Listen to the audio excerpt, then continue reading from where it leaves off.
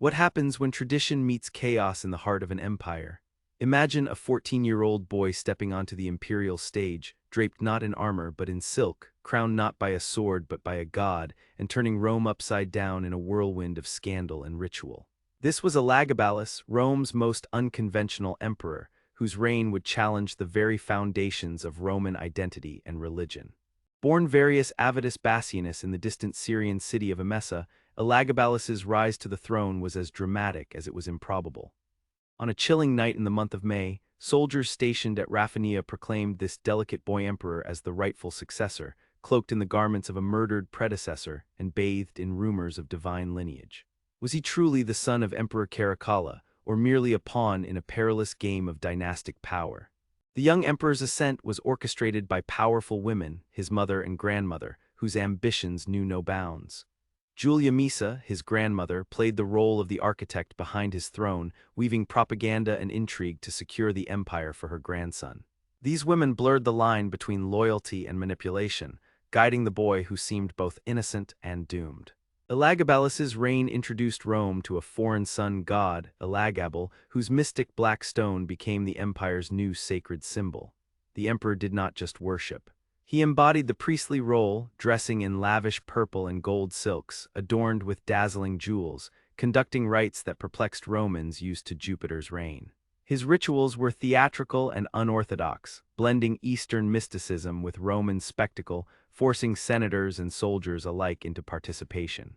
Coins and statues spoke of his divine protector, yet the empire was restless. Elagabalus's religious revolution was more than faith. It was a political gambit that unsettled the traditional power structures. His cruelty was overshadowed by his lavish feasts and shocking behaviors, which scandalized contemporaries and later historians alike. Did he seek chaos for its own sake, or was he a misunderstood visionary caught in the tides of empire? Behind the scenes, the sturdy framework of Roman governance leaned on seasoned senators and military chiefs, some loyal to the old Severan dynasty.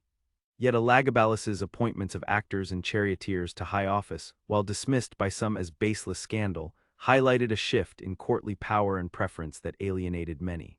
As the young emperor aged, he became less a puppet and more a force of his own, asserting an identity deeply intertwined with the sun god. This religious zeal, however sincere, was not enough to cement his rule. The Roman elite and the Praetorian Guard grew weary, their patience eroding amid the emperor's provocations and failed attempts to sideline his cousin and heir, Alexander.